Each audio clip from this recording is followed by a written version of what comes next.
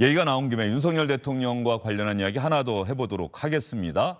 윤석열 대통령 오늘 출근길에 짤막하긴 하지만 세 가지로 나눠서 할 수 있는 이야기를 했는데 말이죠.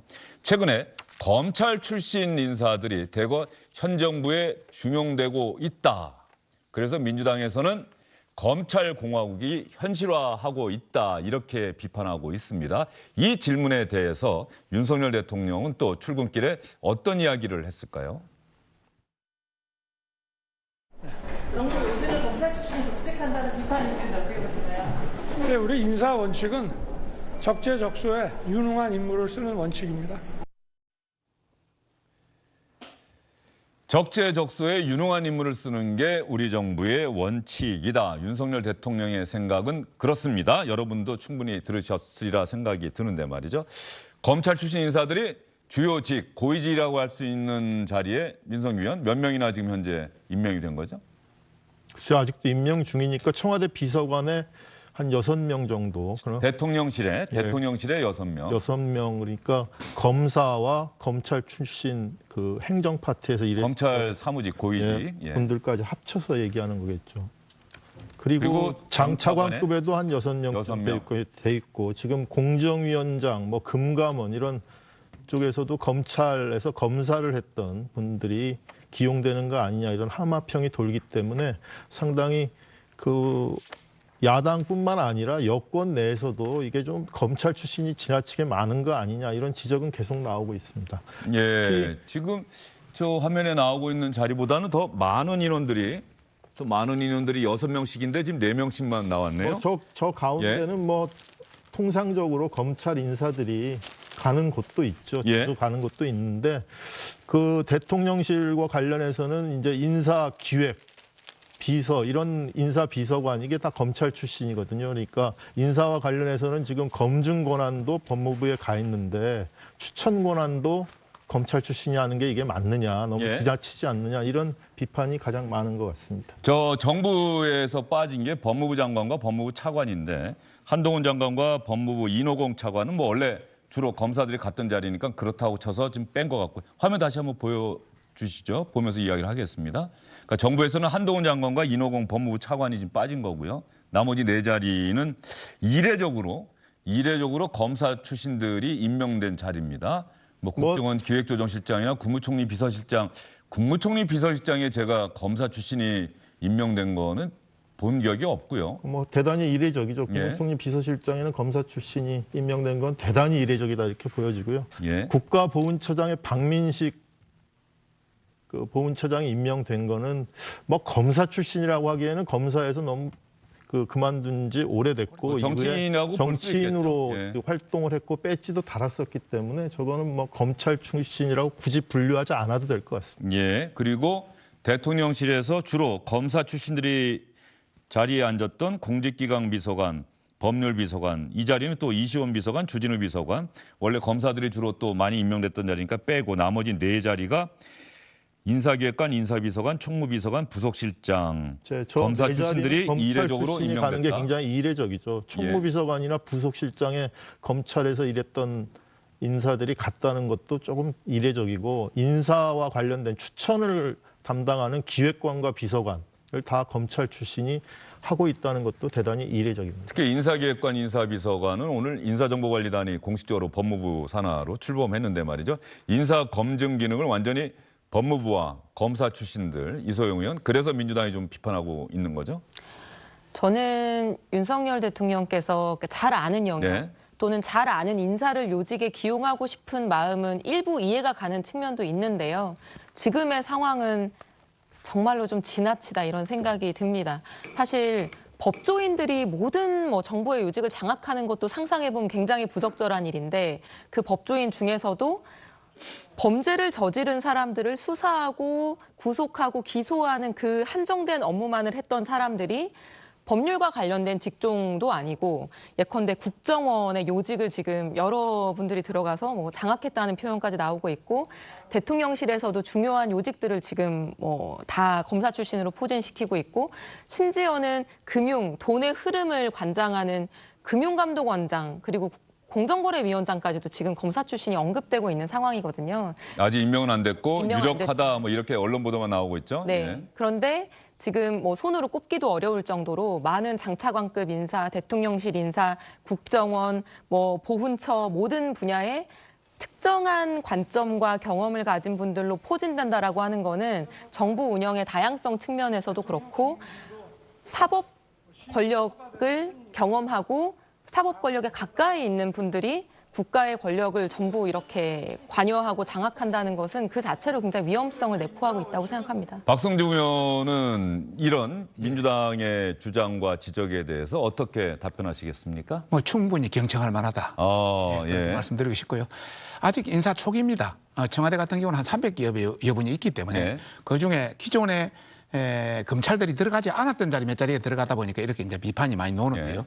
하여튼 그 대통령께서도 충분히 문제를 듣고 있다 이런 반응을 보이셨습니다. 그리고 저희 당도 여기에 대한 여론을 어느 정도 전달하고 있기 때문에 앞으로 그 대통령도 기대를 가지고 좀 더 지켜보면은 개선될 것이다 이런 말씀을 드리고 싶고 과거의 정부들이 보통 그랬지 않습니까? 유능한 인사들을 등용하다 보니까 나중에 인사의 편중성이 나왔지 않습니까? 네. 뭐 그런 우를 범하지 않도록 저희들도 노력하겠다 이런 말씀을 드리고 싶네요.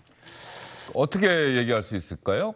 가령 군사 독재 정권 시절에는 육사 출신들, 군인 출신들이 뭐 많이 기용이 됐고 문재인 정부 때는 뭐 언론 보도도 그렇고 야당에서 당시 주장한 것도 이른바 586 세대들, 86 세대들이 대거 기용이 됐다. 그러면 시민단체 예. 어느 정부나 중용되는 그 집단 세력은 있는 거잖아요. 네. 그러니까 그런 부분에서 윤석열 대통령이 검찰 출신이고 평생 공직을 검찰에서 지내왔기 때문에 잘 아는 사람들이 검찰에 쏠려 있다.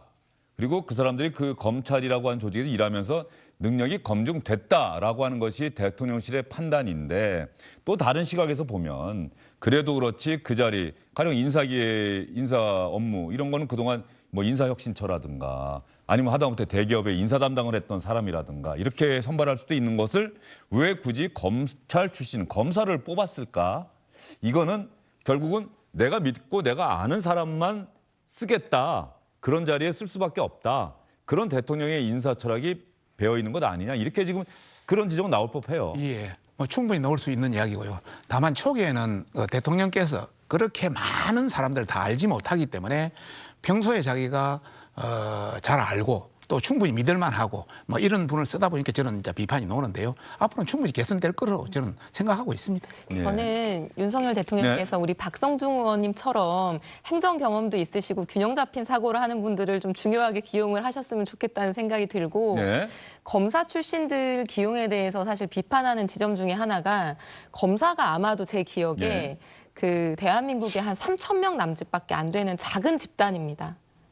이 아주 작은 집단에서 정부의 중요한 요직들을 전부 기용한다라고 하는 거는 너무나 이제 협소한 인사라고밖에 볼 수 없는 것이고 우리가 비슷한 사람들끼리만 모여가지고 쑥떡쑥떡 이렇게 뭔가 결정할 때 이제 흔히 집단 사고의 오류에 빠질 수 있다 이런 표현을 쓰지 않습니까? 왜냐하면 경험이 비슷하고 그러다 보면은 뭐 다른 일반 국민들이 생각하는 것들과는 조금은 멀어져 있는 측면도 있을 수 있는데 그런 작은 3,000명 남짓되는 집단에서 이제 너무나 많은 국가 요직을 기용하는 것은 그 자체로 우려가 크기 때문에 좀 다양한 인사를 기용하셨으면 좋겠다는 생각이 듭니다. 예. 정부의 성공을 위해서. 예. 저희들도 동종교배의 오류를 잘 알고 있기 때문에 네. 하여튼 충분히 감안하도록 하겠습니다. 예.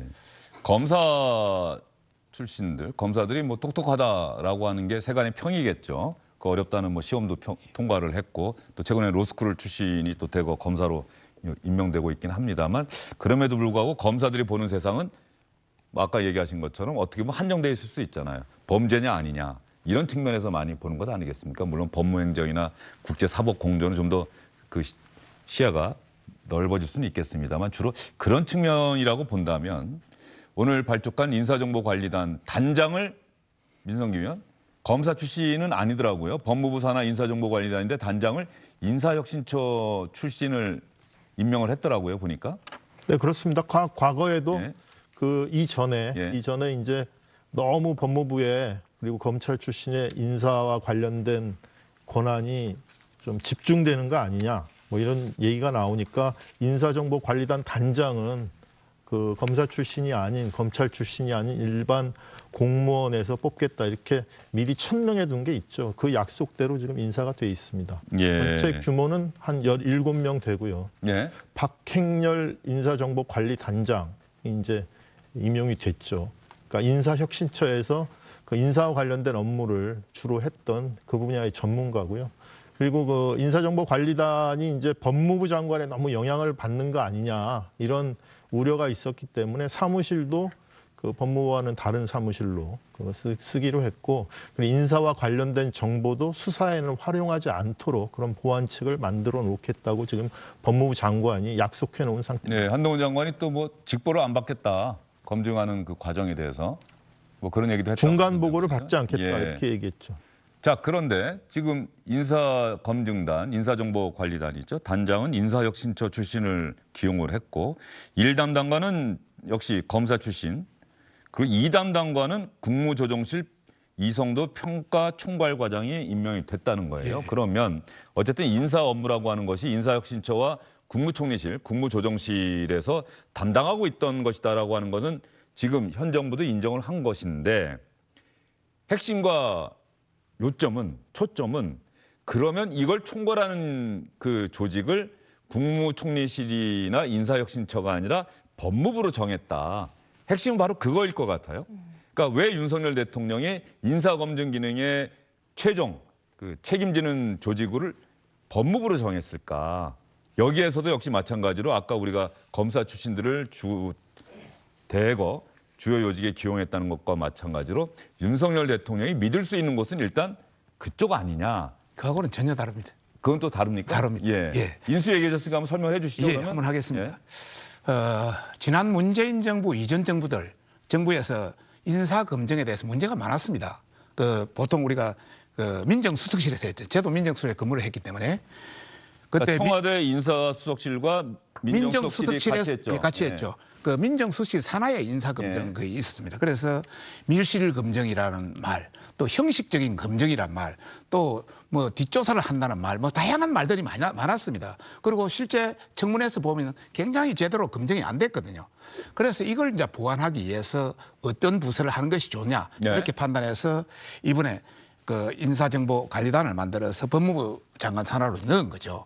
그 넣을 때는 이것을 인사혁신처에 넣을 수도 있고 총리실도 넣을 수도 있었습니다. 그런데 어떤 것이 더 나느냐 판단했을 때 우선 체계적 조사를 할 수 있는 효율적 조사를 할 수 있는 그런 측면에서 법무부가 낫겠다. 네. 두 번째는 법적인 어떤 검증, 법적인 어떤 판단 이런 것도 법무부가 훨씬 낫겠다. 그리고 또 다른 한편으로서는 인권 침해, 이걸 조사하다 보면 인권 침해가 많이 나올 수밖에 없거든요. 이런 다양한 측면을 고려했을 때 법무부 산하에 있는 것이 총리실이라는 인사혁신처나 행안부보다는 훨씬 낫겠다 판단이 들었고요. 또 참고로 미국도 똑같습니다. 미국의 법무부 산하에 FBI에서 1차 검증을 합니다. 네. 법무부 산하에서 2차 검증은 대통령실 그 법률고문단에서 2차 검증이 아니라 2차에 확인을 하는 거죠. 그렇게 하기 때문에 그 방식을 따라와서 그대로 이제 지금 하는 것이고요. 첫 출발을 이렇게 했기 때문에 하다가 여러 가지 문제점은 있을 수 있습니다. 그런데 충분히 앞으로 문제점이 발생하면 보완할 수 있는 여지가 있기 때문에 좀 믿고 좀 따라주시면 고맙겠다는 생각이 들고요.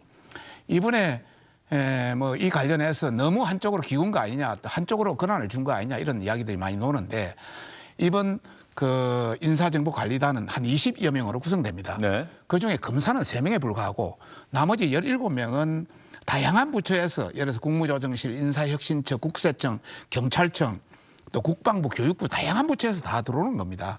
그렇게 해서 사무실도 별도로 하고 또 법무부 장관하고 어떤 지휘 책임도 안 받고 보고만 하고 네. 이런 형태로 해서 일단은 기존에 우리가 인사검증에 여러 가지 실패했던 사례 이런 걸 반복하지 않겠다. 좀 더 실정적인 인사검증을 하겠다. 이런 차원에서 출발했으니까 국민 여러분도 또 야당도 잘 지켜보면서 좀 같이 보강해 나갔습니다. 예, 박성종 의원 말씀은 충분히 이해가 돼요. 이해가 네. 되는데 제 질문의 요지는 그거였던 거죠. 그런 인사검증단이라고 하는 조직은 그러면 국무총리실 산하에 있어도 되고 인사혁신처에 있어도 되는데 그걸 법무부에 갖다 맡긴 건 검사는 3명뿐이 없다고 그러셨잖아요. 그러면 국무총리실 산하에 만들었어도 검사는 거기다 파견하면 되는 건데 그걸 법무부라고 하는 조직을 윤석열 대통령과 현 정부가 그쪽으로 특정을 했다는 데는 윤석열 대통령의 생각과 의중이 반영된 것 아니겠느냐. 그런 것 아니겠습니까? 1%도 없다고 생각 안 하기는 인사검증단 단장을 인사혁신처 출신을 시켰잖아요. 그러면 인사혁신처에 갖다 뒀으면은 이런 비난과 지적을 안 받을 수 있잖아요. 그래도 체계적인 어떤 조사의 권한이라든지 법률적 판단이라든지 인권에 대한 문제라든지 이런 거 종합적으로 판단해보고 미국의 제도도 한번 전체적으로 네. 리뷰해봤을 때는 이것이 가장 합리적인 판단이겠다. 이제 이런 차원에서 이렇게 결정했다. 이렇게. 예, 제가 민주당의 주장을 인용해서 예. 질문을 드렸던 것이고요. 예. 합리나 뭐 효율 이런 측면에서 뭐 다양한 선택지를 고려할 수 있었을 텐데 저는 왜 집권 초기부터 굳이 오해와 우려를 살 수 있는 이런 결정을 하시는지 사실은 좀 이해가 잘 안 갑니다.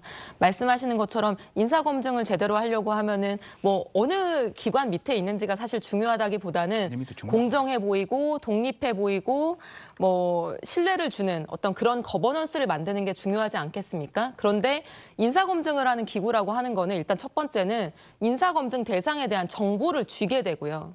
그리고 인사라고 하는 게 한 사람만 부정적인 얘기를 해도 보고서에 뭐 아주 뭐 문제가 있다 이런 한 줄만 있어도 인사가 안 되는 거거든요. 그럼 그 인사의 기용 여부에 대해서 결정적 권한을 가지게 되는 것이죠. 결국에는 인사 검증의 대상이 되는 뭐 장관이 되고 싶거나 차관이 되고 싶은 사람들은 그 눈치를 볼 수밖에 없는 거 아니겠어요? 그 말인즉슨 한마디로 요약하면 권력을 가지게 되는 것이죠. 근데 지금 법무부 장관이 누구죠? 전 국민이 다 아는 윤석열 대통령의 네. 측근인 한동훈 장관이라는 말이죠. 그러니까 어느 기관 하에 있더라도 다양한 문제점을 보완하면서 효율적인 거버넌스를 만들 수 있는 것인데 굳이 전 국민이 다 아는 대통령의 최측근인 한동훈 장관 밑에 이 인사검증단을 만들고 여기에 권한과 권력이 집중되는 모습을 보이면서 국민들의 우려를 자아내는 거는 저는 집권 초기에 좀 주의하셔야 되는 모습이 아닌가. 검찰 출신이 대거 기용되는 부분에 대해서도 경청할 만한 의견이라고 이제 말씀을 주셨고 그 부분 노력할 거라고 말씀을 주셨는데 저는 이런 모습이 바로 사법 권력화, 검찰 국가화에 그냥 첫삽을 뜨고 있는 모습처럼 보일 수 있다고 생각하거든요. 굳이 이런 오해를 왜 만들겠어요? 예, 뭐 최측근을 자꾸 이제 우려를 하시니까 충분히 뭐 경청할 만한 말은 되지만은요. 정보를 저도 옛날에 그 청와대 민정수석실에서 똑같은 업무를 해봤습니다. 진짜 중요한 것은 정보의 수집 능력입니다. 정보가 없으면 아무것도 판단할 수가 없습니다. 그런 어떤 정보의 수집 능력이라든지 이런 여러 가지를 판단했을 때 또 외국의 사례 판단했을 때 여기가 지금으로서는 가장 1차적인 대안으로서는 적절하겠다 이렇게 판단해서 이제 결정해서 한 것이고요. 앞으로 뭐 여러 가지 운용 과정에서 문제가 있다면 또 다른 판단이 내릴 수도 있는 여지는 있겠죠. 예, 자 그러면 한동훈 법무장관 이야기를 하셨으니까 뭐 한동훈 법무장관이 윤석열 정부 임기 내내 법무장관을 할지 안 할지는 지금 아무도 모르는 일이죠. 그런데 한동훈 법무장관은 왜 법무부의 인사검증단이라는 조직이 꾸려졌을까? 이 부분에 대해서 기자들에게 이런 논리로 이야기를 했었었죠. 뭐 기자님들이 이 인사검증이라는 업무에 대해서 이렇게 책임자였던 민정수석이라든가 공직기강 비서관에게 질문해 보신 적이 혹시 있으실까요? 저는 없을 거라고 생각합니다. 이제는 그게 가능해지는 거고요. 의미 있는 진전이라고 저는 생각합니다. 그동안에는 민정수석은 국회에 출석도 안 했었죠. 그런데 앞으로는 인사검증이라는 업무 영역이 국회에서의 질문을 받게 되고 감사원의 감사의 대상이 되고 이렇게 언론으로부터 질문받는 영역이 되는 겁니다. 저는 인사검증이라는 영역이 그동안 과거에 있었던 그 정치 권력의 내밀한 비밀 업무라는 영역에서 늘공들의 통상 업무로 감시받는 통상 업무로 전환되는 의미 있는 진전이라고 생각합니다. 저 한동훈 장관의 저 논리에 대해서는 이소영 의원은 어떻게 생각하세요? 저 부분은 또 이런 고개가 끄덕여지는 측면이 있어요. 그동안 인사검증이라고 하는 거에 대해서는 뭐 국회 운영위원회나 또 인사청문회 때나 뭐 항상 야당 의원들이 왜 검증을 이런 식으로 했느냐, 검증 제대로 못하느냐 이렇게 윽박지르곤 했습니다만 어쨌든 인사검증과 관련한 이야기를 뭐 법무장관 출퇴근길에 기자들이 물어본다거나 이렇게 그리고 또 법사위에서도 앞으로 또 아마 그 질문과 대답이 가능하겠죠. 물론 대답할 수 있는 그 영역은 되게 한정돼 있을 거라 생각돼요. 왜냐하면 내밀한 부분들이 많이 있기 때문에 저 부분은 어쨌든 이전까지 문재인 정부 때까지의 인사검증 그 조직과 그 기능과는 차별화된다. 또 이렇게 생각할 수도 있어 보여요. 저는 일부 수긍이 네. 가는 측면이 있습니다. 그래서 이제 인사라고 하는 과정 자체가 좀 투명하지 못했던 부분, 거기에 대해서 기자들이 질문할 수 없었던 부분, 그런 부분 개선이 충분히 필요하다고 생각하고요. 근데 그것이 기존 제도의 어떤 문제점, 그게 개선이 필요하다는 것이 그 인사검증 기능이 법무부 장관 산하로 가야 된다라고 하는 것은 전 논리적으로는 맞지 않는 얘기라고 생각하고요. 이걸 꼭 법무부 장관한테 물어봐야 되겠습니까? 국무총리한테 물어볼 수도 있고 다른 기관의 장에게 물어볼 수도 있겠죠. 투명한 거버넌스를 만들면 뭐 누구 산하에 있더라도 그런 부분들은 개선될 수 있는 것이라고 생각하고요. 저는 정부가 신뢰를 받기 위해서는 네. 실제로 내부적으로 공정하기만 하면 그게 된다고 생각하지 않고요. 공정해 보여야 된다라고 생각을 합니다. 공정하다라고 사람들이 신뢰할 수 있게끔 만드는 것이 중요할 텐데 이번에 다른 기관이 아니라 법무부 산하에서 모든 기관장과 정부 주요 요직에 대한 인사에 대한 아주 강력한 권한을 이제 독점하게 된다라고 하는 것 자체가 공정하지 않고 윤석열 대통령의 입김이 너무 많이 작용하고 측근 정치가 뭐 시행되는 거 아니야? 라는 우려를 자아낼 수 있다는 측면에서는 저는 여전히 문제의식을 가지고 있습니다. 민수정 의원, 이 인사정보관리단 출범과 관련해서 아마도 이 부분은 또 법조계나 이런 데서도 좀 문제제기가 있었던 것 같은데, 자, 인사정보관리단에서 우리나라 최고의 사법기관인 대법원의 대법관들, 그리고 최고 헌법기관인 헌법재판소 재판관들, 이런 사람들에 대한 인사검증 기능까지 하게 되면 법무부, 검사, 이 법무부, 검사들의 조직인 법무부에서 사법기구의 최고 자리에 있는 사람들에 대해서까지 인사검증을 하게 되면 이게 혹시 사법권의 독립을 침해하는 것 아니냐는 그런 우려가 제기됐고, 또 그 다음에 나온 기사들 보면 그렇잖아요. 윤석열 대통령 임기 중에 대법관 가운데 13명의 임기가 만료가 되고 헌법재판관 9명은 전원 교체가 된다. 임기가 끝난다.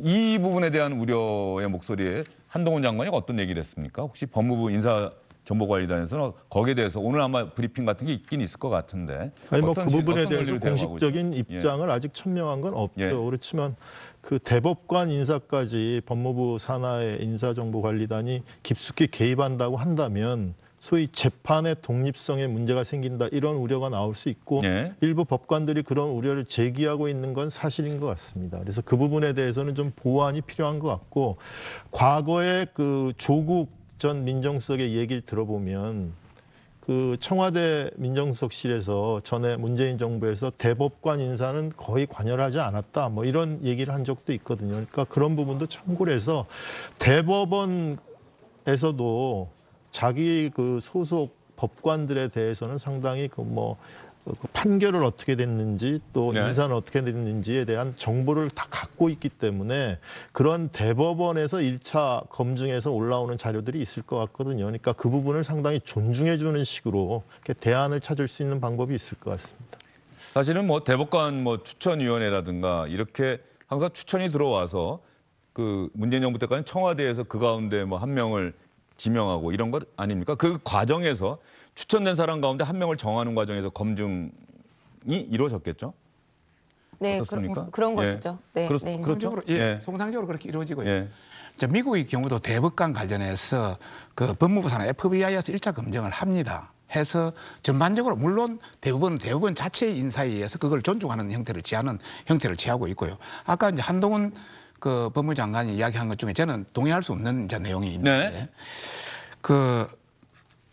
기존에 민정수석 비서관은 국회에 와서 답변을 안 하고 또 법무부 장관 답변하기 때문에 좀 차이가 다르다, 이렇게 네네. 하시는데, 통상적으로 미국은 이렇습니다. 인사 검증에 대한 부분은 국회 와서 질의 답변을 하지 않습니다. 정책 검증만 합니다. 정책 네. 검증만. 그렇기 때문에 이 인사 검증이라는 것은 개인의 어떤 정보, 개인의 어떤 사생활, 그런 게 있기 때문에 함부로 공개되지 않는다, 이런 차원을 말씀드리고 있습니다. 예. 개념이 좀 다르다. 박성중 의원이 또 한동훈 장관에 대해서 좀 비판적인 얘기를 아니, 비판적인 예. 얘기 아니라 예. 팩트에 대해서 그렇게 말씀. 미국은 그렇게 하는 거고 예. 한국은 좀 다르게 할 수 있는 것 아닙니까? 미국은 그렇게 하더라도.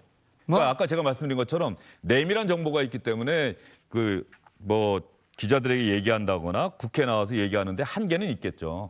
한계는 있을 수밖에 없겠죠. 그러나 어쨌든 인사검증 과정에 대한 질문이나 이런 데서는 대답할 수 있는 거죠. 할 수는 있겠죠. 그러나 예. 쉽지는 않다. 예. 모든 것은 상당히 우리가 개인정보보호법에 의해서 이렇게 공개하는 게 굉장히 제한돼 있습니다. 그래서 함부로 하지를 못합니다. 예. 한 가지 첨언하자면은 사실은 기존의 청와대에서 인사검증을 할 때에도 경찰들이 정보 수집을 같이 합니다. 예. 잘 아시겠지만. 같이 합니다. 예, 저도 인사검증 대상이 되어본 적이 있지만 세평 수집이랄지 뭐 여러 가지 문제가 있는 정보들을 수집하는 거는 경찰도 관여를 하고요. 경찰도 하고요, 국세청도 하고 다 네. 합니다. 다. 그런데 이제 여기에서 문제인 것은 원래 뭐 검찰이나 경찰이 전혀 관여하지 않았기 때문이 아니라 최종적인 그 인사 검증 리포트를 인사권자에게 제출하는 그 권한 자체를 가지고 있는 것이 엄청난 권한이라는 거예요. 우리가 직원 한 명만 뽑으려고 해도 저도 의원실에 보좌진 한 명만 뽑으려고 해도 누군가가 그 사람 좀 이상해 문제 네. 있었어라고 한 줄만 어딘가에 기재돼 있어도 그 인사를 하겠습니까? 근데 거기에서 막강한 권력이 이제 발생하는 것이죠. 예. 그래서 이번 것도 예를 들어서 그 인사정보관리단에서 1차 검증을 하고 2차는 청와대 공직기강 비서관실에 또 확인하는 절차가 있기 때문에 그래서 보완을 해서 기존의 여러 가지 약점이라든지 한계를 한번 보완해 보자는 취지니까요. 한번 그 시행을 해보고 또 문제점은 같이 고쳐나가죠. 예, 알겠습니다. 어쨌든 인사검증이라고 하는 것이 법무부 산하의 인사정보관리단에서 앞으로 그 기능을 담당하게 되는데 과연 앞으로 인사검증은 분명한 것은 이렇게 새롭게 꾸려나가서 다음 뭐 개각대라든가 인사를 할 때 지금 뭐 첫 인사검증 대상자가 경찰청장이 될 것이다. 민석이 의원 그런 얘기가 있죠? 뭐 지금으로서는 예. 그렇게 예상이 됩니다. 자, 그래서 인사검증이 잘 되면 다행인데 만약에 문제가 있다라고 또 야당에서 주장이 나오고 비판하고 지적이 있고 그게 언론에서 또 검증하다 보면 그게 맞다 그러면 사실은 윤석열 정부도 할 말은 없게 되는 거죠. 이게 앞으로 어떻게 될지는 누구도 모르는 일인데 누구도 모르죠. 사실 인사검증은 완벽할 수는 없잖아요. 완벽할 수 없습니다. 예. 10만이 알고 있습니다. 예. 세평 수집이라는 것도 따지고 보면 어떨 땐 저도 뭐 몇 번 전화를 받아본 적은 있습니다. 왜 나한테 전화를 하지 하는 생각이 들 때가 있는데 그러면 인사라고 하는 게 말이죠. 검증해서 보고서가 올라갈 거 아니에요. 인사권자에게. 그러면 인사권자가 그런 거 아니겠습니까? 정말 법적으로 도덕적으로 도저히 이 사람은 안 되겠다. 내가 아무리 아낀 사람이라도. 그런데 약간 이 선에 걸쳐 있다고 한다면 인사권자의 판단은 두 개 중에 하나로 나올 가능성이 있잖아요. 그럼에도 불구하고 내가 이 사람을 꼭 써야 되겠다고 한다면 뭐 그 정도 문제는 다른 전례를 보더라도 뭐 할 수 있는 것 아닙니까? 근데 인사권자가 그 사람은 좀 내가 원래 추천을 받았지만 좀 별로였어. 그러면 정말 쓰고 싶었는데 하필이면 이런 지적이 나와서 이거 이번에 좀 힘들겠다. 뭐 이렇게 나오는 경우가 있지 않을까요? 뭐 민주당도 그러지 않았을까 싶기도 하고요, 말이죠. 이게 그 인사검증의 내용이라는 게 면피가 되기도 하고 핑계가 예, 되기도 그렇죠. 하죠. 말씀하신 예. 것처럼 안 하고 싶은데 이제 거기에 부정적인 내용이 있으면 그렇게 되기도 하고. 근데 반대로는 부정적인 평가가 담겨 있는데 인사를 강행하면 추후에 문제가 됐을 때 더 큰 책임을 지게 되기 때문에 그런 의미에서는 그냥 뭐 면피나 핑계뿐만 아니라 또 결정적인 역할을 하는 것도 사실입니다. 예. 통상적인 이제 인사 검증을 쭉 하는 과정을 보면은 예를 들어서 뭐 문재인 정부에서 5대 배제 사유, 7대 배제 사유 있지 않습니까? 그게 걸려들면 그건 어쩔 수 없이 할 수밖에 없는 입장이고요. 그래도 뭐 하시더라고요. 그리고 나머지 사항은 인사권자의 판단 문제입니다. 그러니까 충분히 판단의 근거를 잘 제공하는 그런 형태죠. 예. 박 의원이 그런 역할을 한번 해보신 적이 있다 이거죠, 인사검증. 예. 민정수석실 예, 정말 쉽지 않죠. 쉽지 않습니다. 예. 예. 그 보고서에 보고서- 자신이 100% 자신이 생깁니까? 보고서도 어떻습니까? 이제 한쪽 보고서만 예. 하는 게 아니고 예. 다양한 여러 쪽의 보고서를 같이 융합해서 보고를 올리기 때문에 예를 들어서 한 사람에 대한 평가도 하나의 평가만 하지 않습니다. 다양한 평가를 같이 해서 올려드리기 때문에 판단은 인사권자가 하는 것이죠. 예, 오늘 출범한 인사정보관리단이 앞으로 인사검증을 제대로 해낼 수 있을지 그 부분을 국민이 주목하고 있다, 주시하고 있다는 점을 또 잘 알아야 될 것 같습니다. 안녕하십니까, 주영진입니다. 더 많은 뉴스와 라이브 이벤트를 보고 싶으시다면 화면 오른쪽을 눌러서 구독해 주시기 바랍니다. 저희 SBS 앱을 다운로드 받으시면 뉴스 속보 알림도 받아보실 수 있습니다. 텔레비전으로도 SBS 뉴스, 유튜브로도 SBS 뉴스 잊지 마시기 바랍니다.